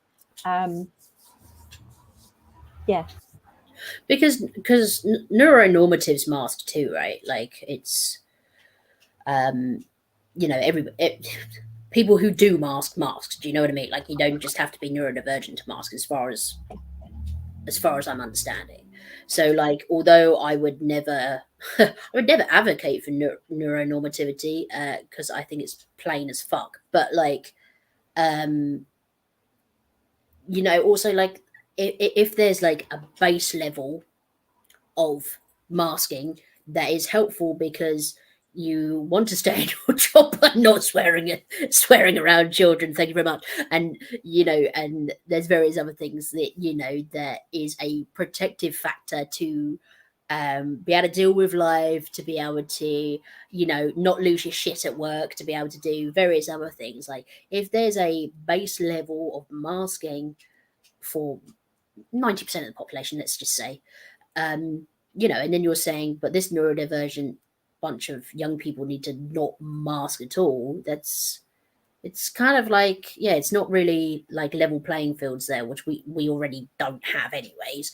So the I idea imagine that would be using mask is, yeah, that would be like forcing a trans young person or a gay young person, or, you know, to be out. That's not necessarily like almost forcing them to do that when that might not be safe for them, and we don't know, there might be multiple reasons why that might not be safe for them. We would want that. We want that for everybody. We want them to be safe and able to be their authentic selves, and to bring it back, because Katie made that really important point that, you know, we need as white people to we use our privilege so that, for instance, Black people of colour, don't have to have that in, you know, it's not safe. It's not safe for so many different intersectional communities. Words are not wording, but it's not safe for so many people due to those intersectional identities that aren't safe for them to be very authentically themselves. And I hope so much that there are some of those spaces that they're obviously going to be creating their own spaces, but we need to be using what we can to try and make that world a little bit better, because the world is difficult. Have you frozen? Oh no, I've lost Katie. Oh no, you're back. Okay, good. Oh, sorry. You said just froze like it was a really serious point. So you were just about to say that it's important for us as white people too, and then I lost you. So I don't know if you remember. Pretty much. I think just saying that we need to use our privilege for good. We have it, and we benefit from it, whether we acknowledge that or not. We do, and so actually, it's important that we start to acknowledge that. I don't think privilege is just you're going to know this anyways, but like, privilege isn't just stuff that we have, stuff that we don't have, and stuff that we don't have to deal with. You know, the fact that I'm even diagnosed at all because I went to my doctors and said this is going on for me and I was taken seriously is not something that people who have much higher anxiety than I do, who are selective mute, who have a myriad of other things going on for them, that when they go in and say, well, you know, I'm autistic, and they go, well, you know, we'd much rather just focus on your Ehlers-Danlos loss at the moment, or you're going through this physio and this regime for XYZ. Like, there's a lot of things.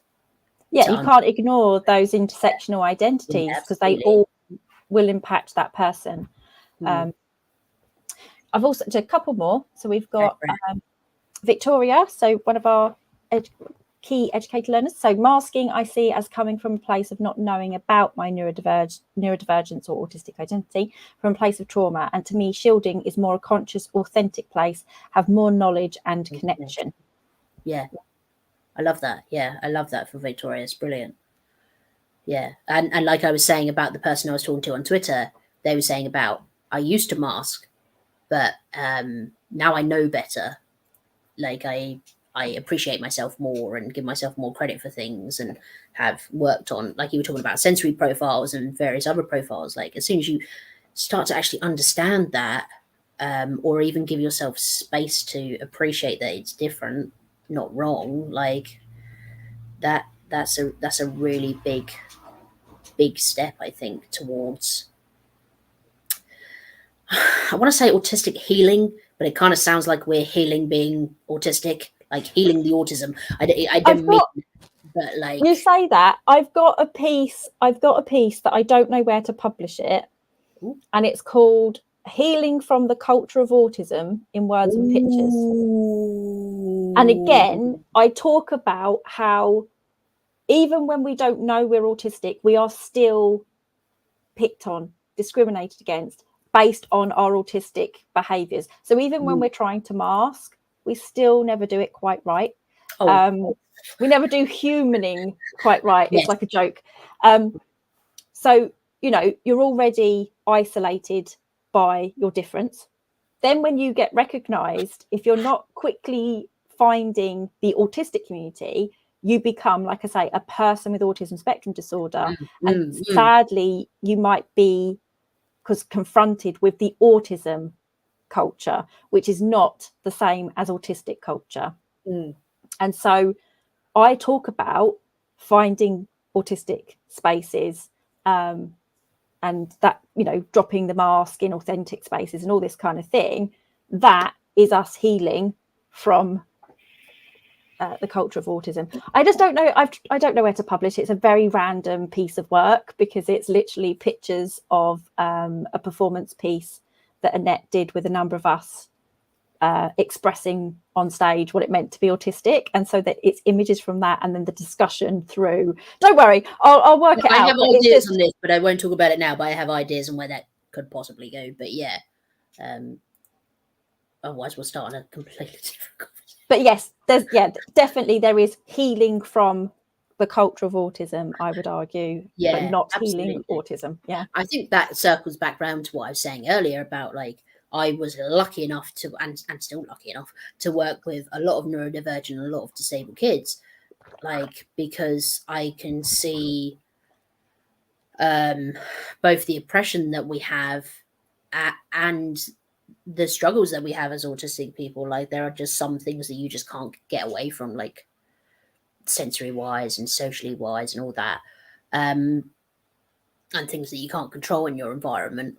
But there's also a lot of, like, I've never known any humor like autistic children's humor.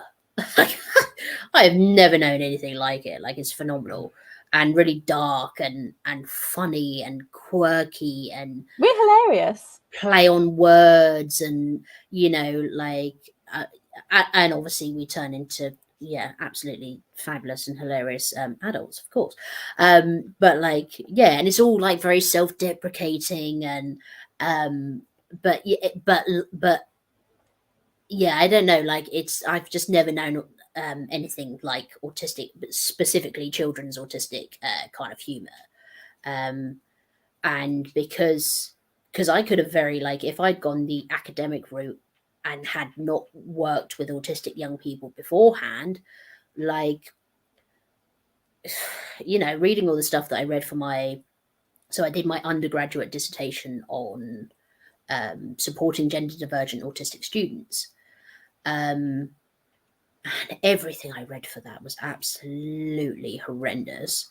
And, like, you appreciate this, Chloe, and anyone else who's an academic here, or, like, at least engages with a lot of academic work anyways, you know, like, it's just horrendous. It just it's soul destroying. It really is. Like, and after the, you know, when you do like a 20,000 word dissertation, like, you read a lot around the subject, of course you do. So it's like, but after the 10th, 20th, 30th bit of work that says, yeah, you're deficient, yeah, you're lacking this, yeah, and because of what I did, obviously I read a lot around the extreme male brain idea, which is just the most fucking ridiculous thing I've ever heard in my whole entire life.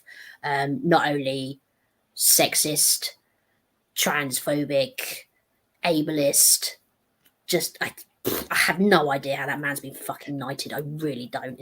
And to be fair, unscientific. Yeah, and it's just everything he writes is just beyond shit. You know, you can quote me on that. That's not an academic way of saying it, but yes, yeah, and having to read stuff like that, and then not be able to say this is bollocks because you have to. Oh, and and because of this, and then that's unsupported by this person, when actually you just want to scream at your computer, this invalidates me and dehumanizes me. I was going to say, So this many. is describing human beings, Yeah, it's really. I started my Autistic Wellbeing What Works, delivering that talk because I was marking undergraduate essays, and it wasn't even the students' fault. It was what they were reading and what they were describing was so humanizing. And I'm an adult who has worked in this sort of area for and supporting neurodivergent people and I was just almost in tears, and I just said to my module convener, this is really hard for me to sit and have to read 30 plus essays and how they are talking about me and my community. It's just dehumanizing and so distressing. And that's why we started with me coming in and doing my talk, to get those students to recognize the issues with the literature. But it hurt. It really hurt to read it. And like I say, then that's where the shielding and the connecting to our neurokin is really important, because it comes back to, like you said, about the boycott Spectrum 10K. That was a horrific campaign in terms of what we had to do, what we had to read, and what energy we were putting into that. And I'd been in tears. I know other members of that campaign had been in tears. And when one of us were like, we haven't got the energy anymore, I'm done, somebody else would pick it up and keep it going. And we all, that was a really difficult thing to manage, was those emotions around the dehumanization. And I think that's, I mean, I wonder what autistic shielding, or like autistic community shielding, would look like in academic spaces. Like, does it exist? Can it exist? Obviously there are kind of, never remember the acronym. Is it PARC? Damien Milton? Oh, Participatory Autism Research Collective. Yeah, and various groups like that. But like, what does it mean for not the lone academic, but a lot of stuff is done alone, I suppose. Independently, sorry, is the word I'm looking for. Who has to shift through all of this shit. Like, no wonder so many of us get burnt out. No wonder, like, you have to jump the hurdles anyways to get into university. Like, and I'm saying that as someone who was always considered a gifted child and whatever, like, and as a white person and as a middle class person and as an English speaker and all the other privileges that come with that. Like, university was hard. Getting into a master's was hard. I have no idea how people get onto PhD. Like, it is beyond complicated to be able to follow your own PhD. For me, I tried it twice. I completely and utterly gave up for now because I just can't piece it all together. To be fair, with a lot of support. Yeah. So and people, like you say, sorry, go on. Sorry, but like, having done research assistant work at university, like, even though it was to support other autistic people potentially into further education, but basically what they wanted to do post school, and they were in a pupil referral unit, this particular group of young people we were going to work with, then COVID happened. And then there were just things like, I can't deal with the admin side of this role. Like, I need help with that. I asked 2 or 3 times, written, emailing both the researchers involved in this. I need practical help with this. I need X, Y, Z. I advocated for myself. I did it. And I still got no help. And still didn't get what you needed. And I still didn't get what I needed. And I left. Obviously COVID happened, and then I found out I was pregnant. So it's a bit more complicated than that. But like, I would have left that, because how on earth are we supporting autistic people if you can't support the autistic person who can advocate for themselves? how on earth do you think that you're supporting autistic students? You know, the ableism, so we've totally gone off into a different thing, but like the ableism within academia is, even when you get through those hurdles of even getting into the bloody thing, like once you're there, it's beyond ridiculous. So it'd be interesting to do something on autistic academic shielding, like, yeah, that would be interesting. Annette and I did a chapter literally called #Autistics in Academia for a book edited by Nicole Brown, and it's called Ableism in Academia. And we were one of 2 chapters about autistic experience. The others were of different disabled identities. And yeah, we talked in there about what good has looked like for us and what needed to be worked on. Again, knowing that I'm privileged as a white person in academia, but very disabled by the system. You know, there's some elements of academia that work really well for me as an autistic person. I can largely set my own hours in terms of turning up to things or doing whatever work and things like that. I'm on a project which, at our site, at least, as part of the bigger project, we are a very neurodivergent group. And my boss is neurodivergent and knows that I really struggle with early mornings. So they know that I'm not likely to get to a meeting before, ideally it would be 11 a.m. We have a lot of 10 a.m.s, but they don't think or make comment about the fact that a 10 a.m. meeting, I'll try and make it for 10. It'll probably be 10:30. You know, so I am lucky in that regard, but I've definitely had some difficulty with the bigger project in terms of getting them to understand my needs and the other neurodivergent academics who are on the project and their needs, and what accommodations are actually really basic accommodations aren't being met necessarily. And again, because there's an assumption that direct communication. Yeah, because there's an assumption that, well, you're at university, so like, how could you be disabled? Well, nothing. That's like the biggest red flag in the whole entire world, because you think, first of all, that disabled people are unintelligent. Not that it's a problem either way, but like, you are assuming we are all not interested in academia, however well we do at that. And also, like, yeah, like you don't see our oppression. And I'm definitely there's nothing worse than saying, well, yeah, you're not that disabled because you're in academia. You think, no, like, all of us who are in academia had to power through some serious fucking shit to get here, and now I'm asking for a crumb at the table of academia, and you're not even gonna, you're gonna throw that in my. This has just turned into a rant about academia. Sorry. Well, I mean, I was just going to say, in terms of my dropping my mask and being my authentic self, it is about being honest about how much energy I can put into things. Absolutely. That, again, I can't do early mornings. My anxiety meds haven't kicked in.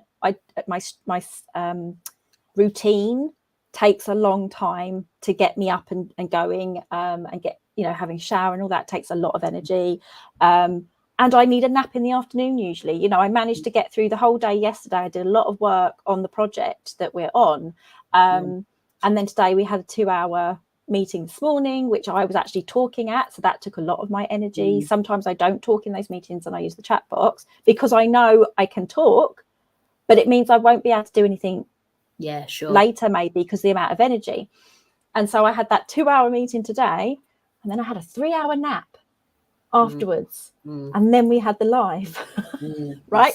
So I purposely am open about that because I can be, because then, and this is the way of history, first you have to have the men, the patriarchy, you have to have the men make change, etc., so that everyone else might benefit, so then women could benefit, right? And then so other minority groups, it's a hierarchy of change. The change, sadly, at this point in history and recent history, is the change does come from the very top privileged down before you get the crumbs for the very marginalized people in our communities and in our population. Black, disabled, queer people are right at the bottom of that. And that obviously absolutely needs to change. This definitely has turned into a rant, but so that's the point of autistic shielding. Using what you do have, what privileges we do have to make changes, so that's why I'm a very openly autistic person in all my settings, in every meeting that I have. If somebody doesn't know I'm autistic, they must live under a rock. And the reason for that is because I'm safer to do that than, say, the masked Black autistic person in that meeting and that setting. And it's starting to, that's how we have to use that to make change when we're safe to do so. So we can't expect it of people who aren't safe. Absolutely. Okay. Absolutely. Yeah. Do we have any more? Let's bring it back on point. We'll just finish up with these, because I'm hoping dinner's ready soon. So so Catherine here says, I see your metaphor. So back to shielding. I see your metaphor as an actual shield that can be deliberately lifted and let down, and that feels quite empowering to have a conscious choice. Lovely, Catherine. So again, that's what sometimes we want, is just, does somebody resonate with this? Does this help validate somebody's experience? And if that's one person, that's great. I'm also thinking, like you said, you're trying to distill your concept in like Canva, and I'm thinking autisticality. Do you want to make a potato post based on your the concept? That's now nice. Yeah, I like that. I can now imagine a potato inside like a bubble, maybe just like absorbing other things. Other potatoes and keeping out the aubergines. Or like Ben says, get out of my head, I already have it in mind. Nice. I like this. Nice. I know that Sai is also loves a bit of Canva. Yeah, wants to do something with me as well, I think. Maybe. Lovely. Cool. Yeah. Packer Grace, I've definitely masked, not much energy to keep that up now. Shielding, I became a grunge kid in the very late 90s when grunge was already dead. So how dare you? Grunge is never dead. Unbelievable. So very narrow scope for a possible shield there, and there wasn't many alternative kids in my area at all then. Anyway, I always felt my feeling different and hostile to the norm was due to my losing my mum around that time. Really hard to say how I would have turned out if that didn't happen. Thank you, Paco. Yeah. But yeah, grunge is never dead. No. Grunge for life. Beeb or Babe Sue 77 on YouTube. I've started looking at rooms of geeks or carers. Oh, okay, right. I've got this now. I started looking at rooms that are full of geeks or carers and looking at the colourful haired or punk people, thinking, I bet we are all neurodivergent and sick of blending in. So just embrace their differences in that way. So highlight. Well, they're showing to you potentially there's somebody that could form a bubble. Maybe makes me think of hello. I've just lost the word. Shield signaling. Let's write this down. Yes. And it's like we had for a while, didn't we, to hopefully people are still doing it, to demonstrate to people that you're a safe person. People would wear some people might not have liked the idea, some people might have liked the idea, but wearing a safety pin to demonstrate that you're a safe person, for instance. So maybe that's how we might see this. Like, if I see a tattooed person, a shaved-headed person, somebody who's just not the typical, then that might be a good indicator of somebody to connect with. Okay, two more. Cthulhu, weight streaming. I probably really butchered that. I apologise.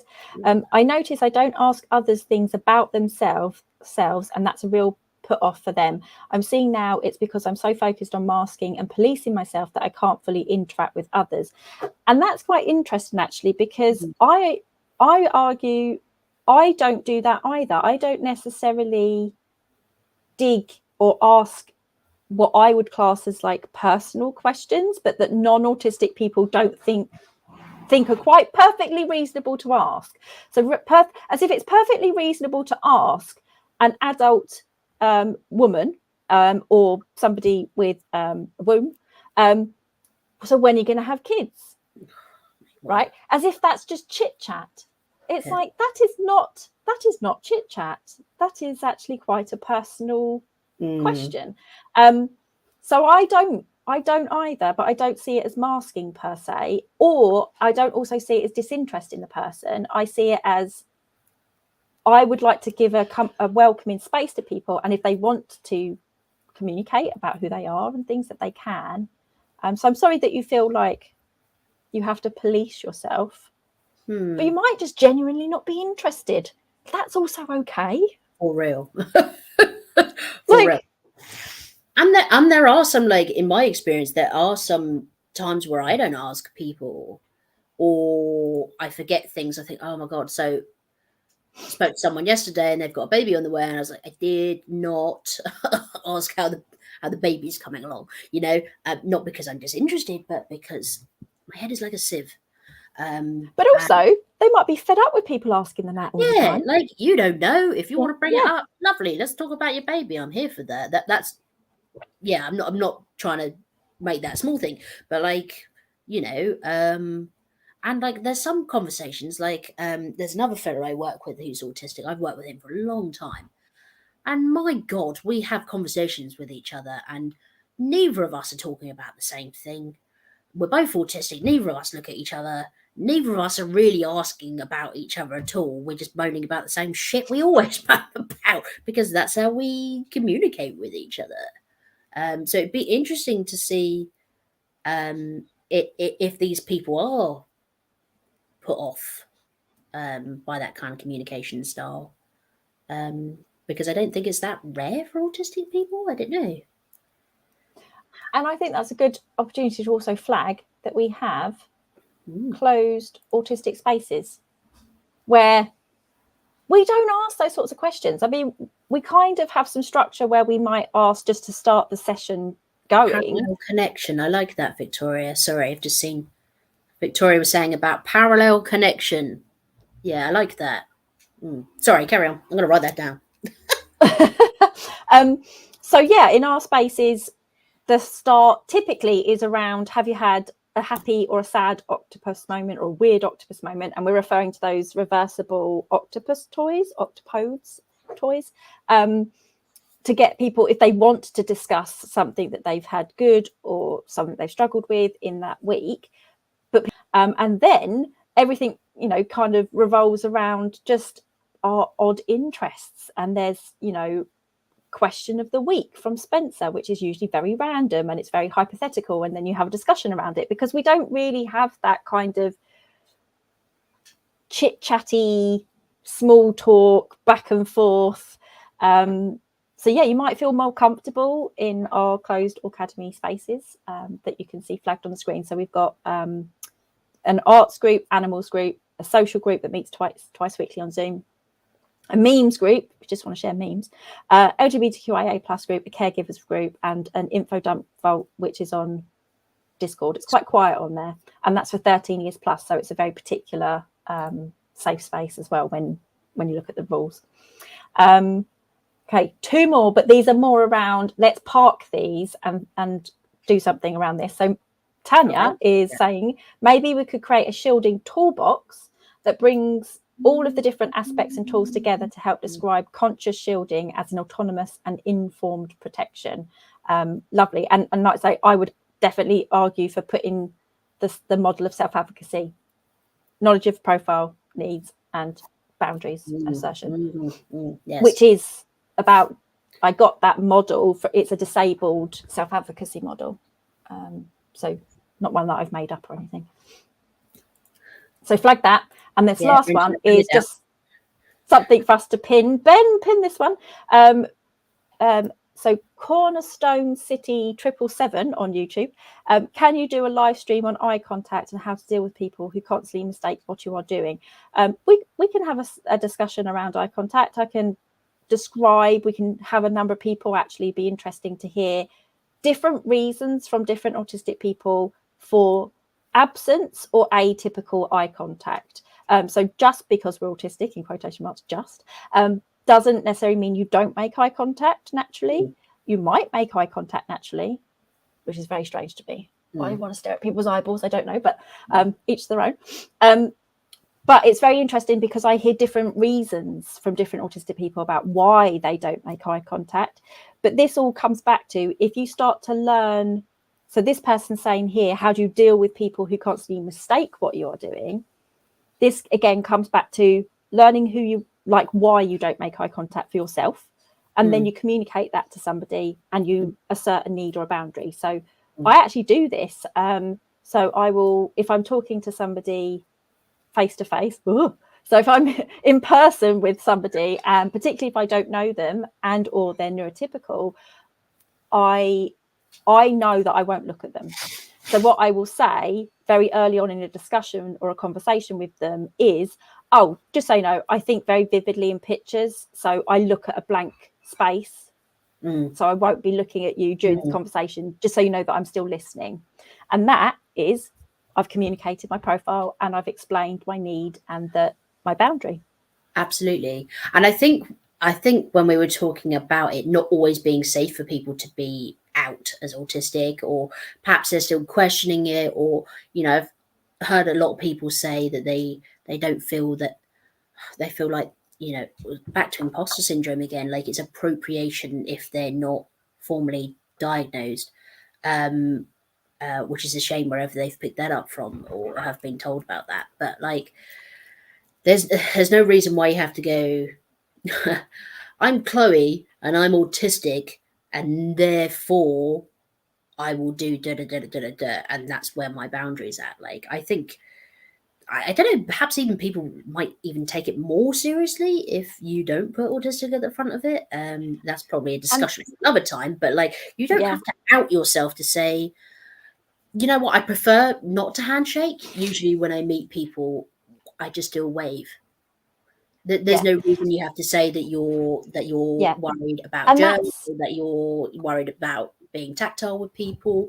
You don't have to, tell anybody how it is you are using your body or communicating with people or whatever. It's I want to make that very clear. Like, I don't want people going, put themselves in situations that are slightly risky. No, and you're quite right, because actually, particularly with people who don't want to disclose necessarily that they're autistic, and I also say sometimes if you went up to your boss and you said, or whoever it might be, literally anyone, but we'll use the boss scenario, you go up to your boss and you say, I'm autistic, I have I need support. That person doesn't really know what that means.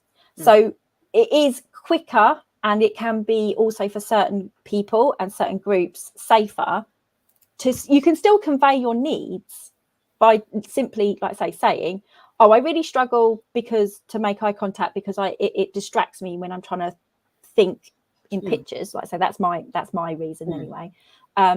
Just so you know, I'm still listening, right? Yeah. And but I've not had to say, I mean, I will, but I've not had to say I'm autistic. So no, you're absolutely right. There are definitely ways you can convey your needs and your boundaries without necessarily outing yourself, if that's not safe to do. Yeah, absolutely. We've also got this. How about a salute or an hello twerk as opposed to a shaking of hands? What do you know about my hello twerk? Who told you? Who told you? Okay. So, our very, very final question. And we've also got lovely Katie next week talking with David Gray Hammond, I think, about mental health and autistic people. So that's what we've got next week. Somebody shouted to tell me my dinner is ready. Yay! So our very final question, which is, have you got any new or current stims or favourite stims? I've recently, after a very long time, sorted out my CD player in my car. It took 2 minutes. It was something I could have done a long time ago. I would get into my car, think, I really want to listen to music.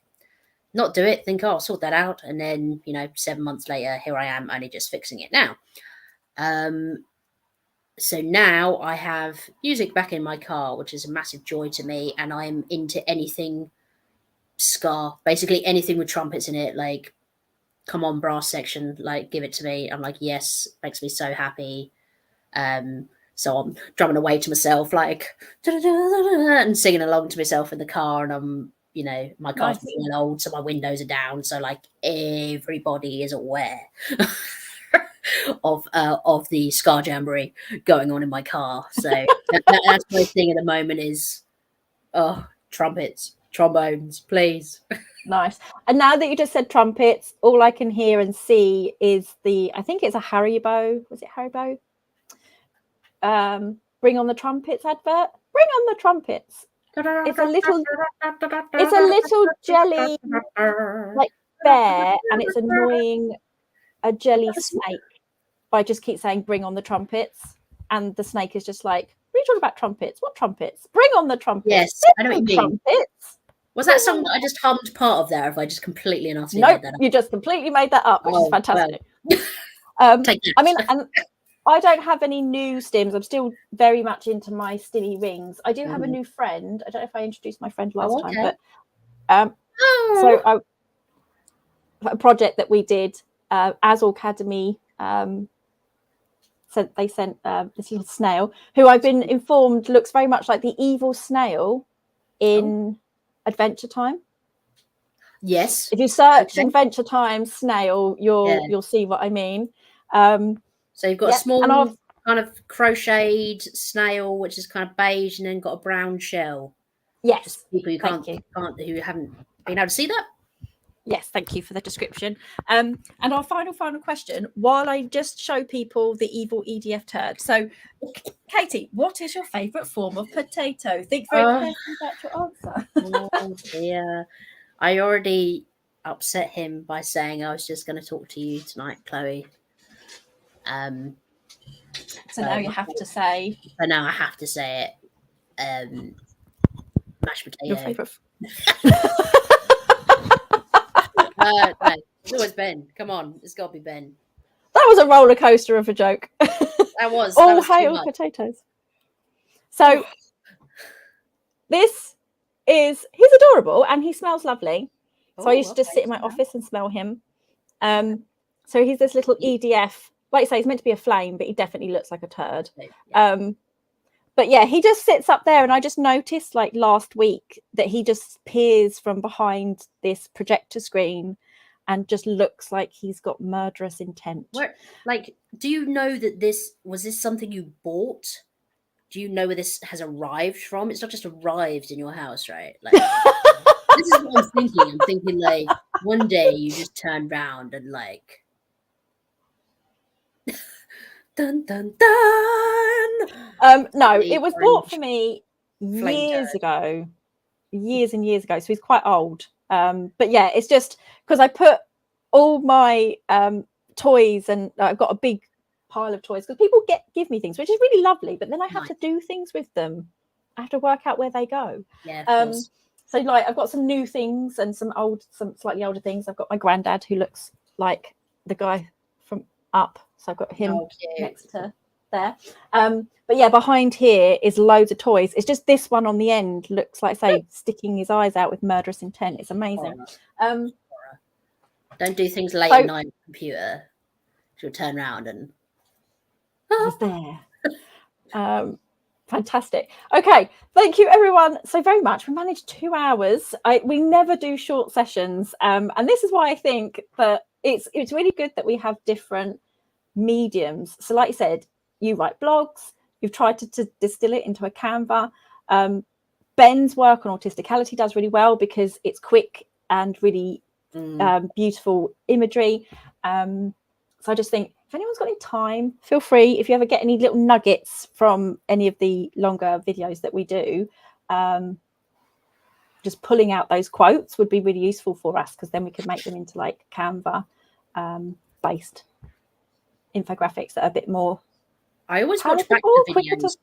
Is that weird? Am I the only person who does that? I mean, I hate my. No, I watch it back, and then I'm like, God, they make a good point. Oh. Yeah.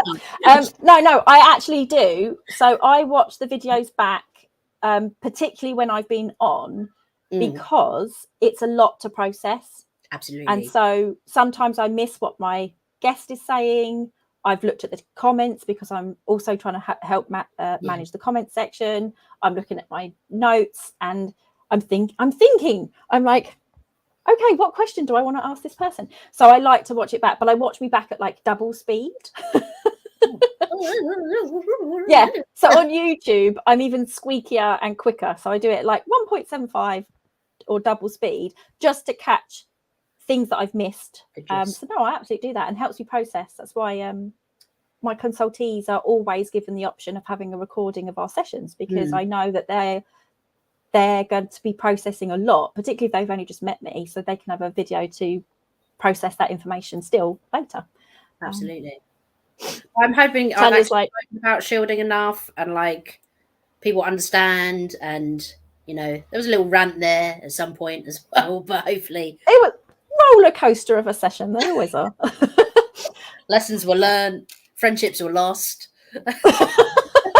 dinners were made, you know, there was the flaming poo. I was going to say murders were prevented. Yeah, it's been a lot. We're still here, aren't we? Okay, right. Thank you, everyone, ever so much. With their lives. Oh yeah, potatoes are smashed. Yeah, all sorts of things.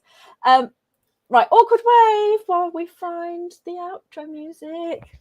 Ciao, ciao. No, I'm just here doing this.